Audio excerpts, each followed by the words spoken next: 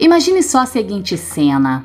Você acorda num escuro absoluto, sentindo o peso da madeira ao redor e o ar lhe faltando. Percebe que está debaixo da terra. Você tenta gritar, mas ninguém pode escutá-lo. Rasga então as próprias unhas na tampa do caixão, mas é inútil. Eu sei, é um pesadelo terrível, mas esse tipo de sonho não era apenas fruto da imaginação das pessoas lá no século XIX. Era algo legítimo e justificado. Naquela época, a medicina ainda engatinhava no diagnóstico da morte. Doenças feito cólera, catalepsia, letargia extrema podiam fazer alguém parecer realmente morto, quando na verdade estavam apenas inconscientes. Como os enterros costumavam ser feitos rapidamente, havia o risco real de alguém ser sepultado ainda vivo. E isso aconteceu mais vezes do que podemos imaginar. Diante daquele terror, as famílias mais abastadas passaram a investir em medidas que evitassem que os entes queridos fossem enterrados prematuramente. A solução mais famosa foi a instalação de campainhas nos túmulos. Elas funcionavam assim. Um fio era amarrado ao pulso do falecido e passava por um tubo até a superfície, onde estava ligado a um pequeno sino. Se a pessoa acordasse dentro do caixão, poderia puxar o fio e tocar a campainha, alertando quem é que estivesse por perto. Mas essa não foi a única invenção. Algumas sepulturas tinham tubos de ventilação que permitia que a pessoa respirasse enquanto esperava pelo resgate. Outras possuíam janelas de vidro, para que os coveiros pudessem verificar se havia algum movimento dentro do caixão antes de enterrá-lo. Havia até mesmo modelos de caixões equipados com pequenos compartimentos, onde tinha comida e água, caso a pessoa acordasse debaixo da terra. O medo de ser enterrado vivo era tão grande que em alguns lugares os mortos ficavam guardados em necrotérios durante dias antes do enterro, apenas para garantir que realmente haviam morrido. Além disso, relatos assustadores de exumações revelavam caixões arranhados por dentro, e isso alimentava ainda mais o pavor. Com o avanço da medicina e a invenção de métodos mais precisos para diagnosticar a morte, como o estetoscópio e testes neurológicos, aquelas práticas foram desaparecendo. No entanto, em alguns cemitérios antigos, ainda é possível encontrar vestígios daquelas invenções macabras, com as bases de campainhas hoje já enferrujadas. Foi o que aconteceu com esse inscrito de hoje que mandou o relato. Escutem só a história dele. Eu trabalho como coveiro há mais de 15 anos, Luísa. Tempo suficiente para perder o medo dos campos sagrados.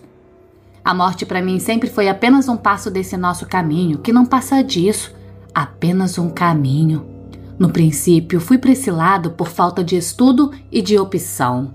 Mas com o passar do tempo, a paz que o cemitério me proporcionava era algo indescritível. Poucos empregos vão permitir que você trabalhe em tamanho sossego. O mais difícil foi não me ressentir com a dor diária daqueles que ali deixavam os restos mortais de seus entes. Mas isso também eu fui aprendendo a lidar. Em pouco tempo eu já tirava de letra. Mas nos primeiros dias confesso que chorava muito. Cuidar das sepulturas, cavar as covas, preparar os túmulos, às vezes fazer as rondas, tudo era algo tão rotineiro quanto qualquer outro ofício.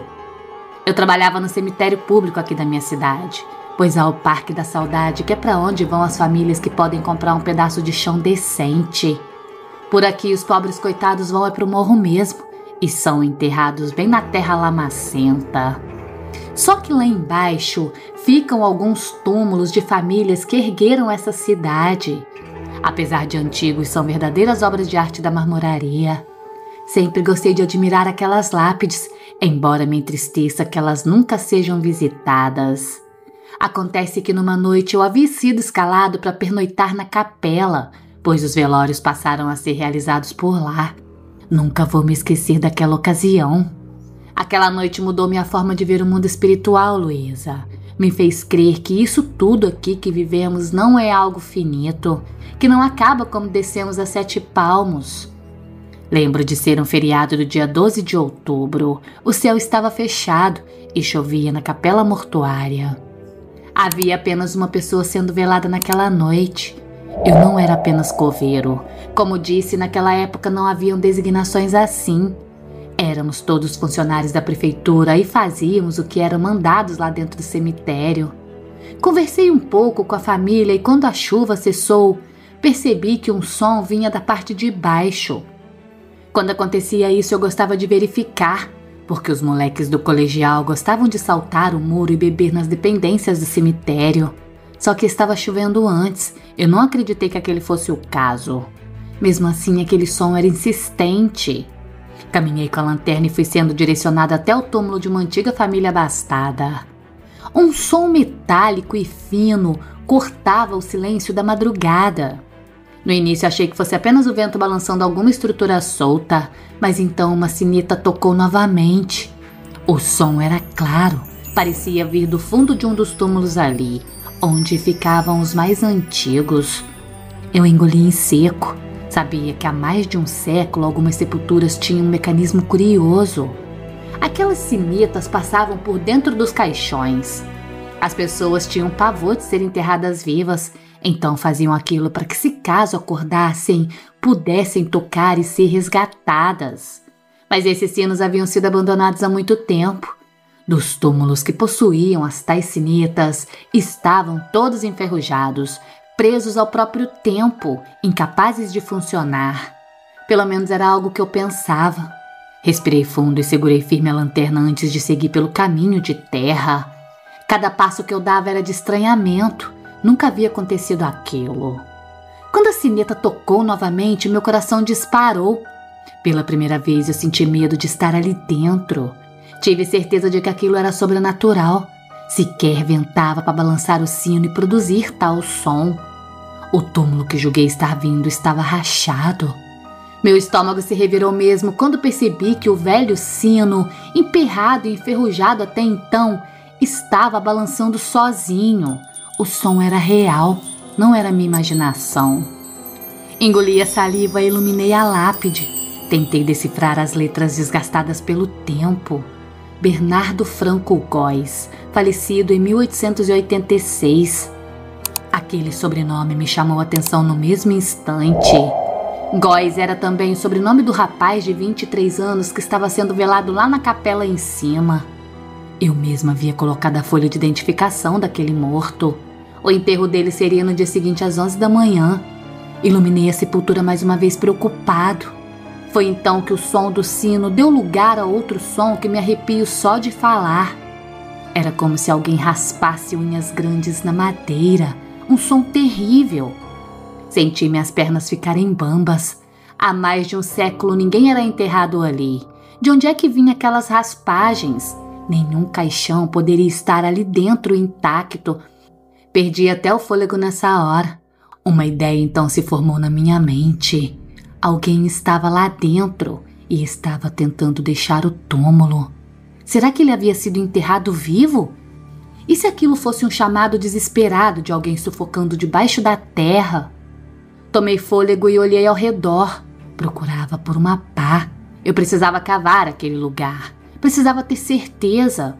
Mas no instante em que ergui minha lanterna para procurar melhor, o som parou.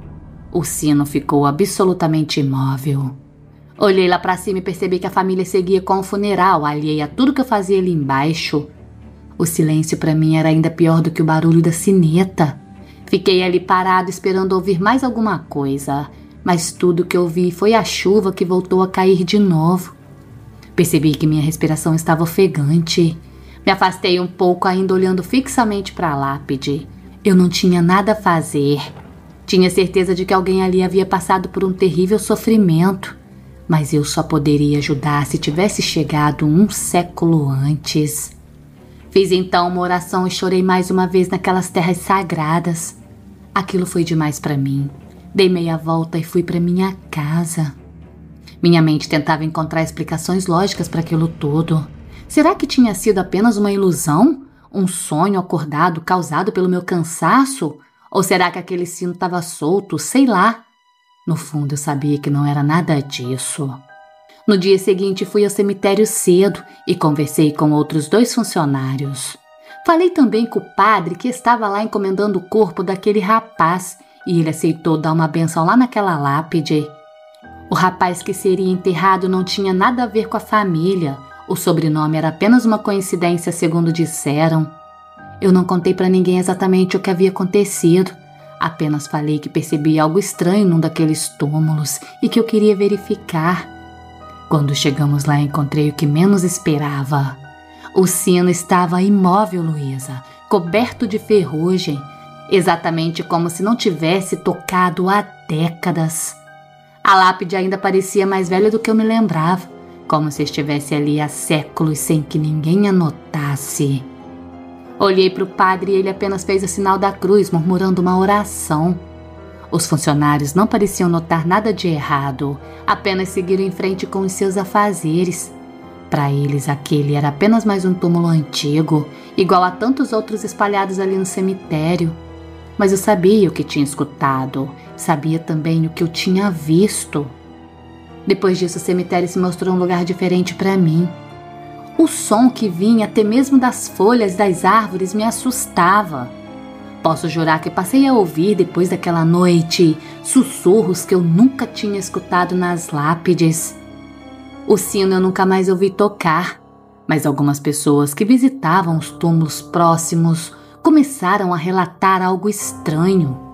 Em dias de chuva diziam escutar um leve tilintar metálico, como se um sino tocasse suavemente.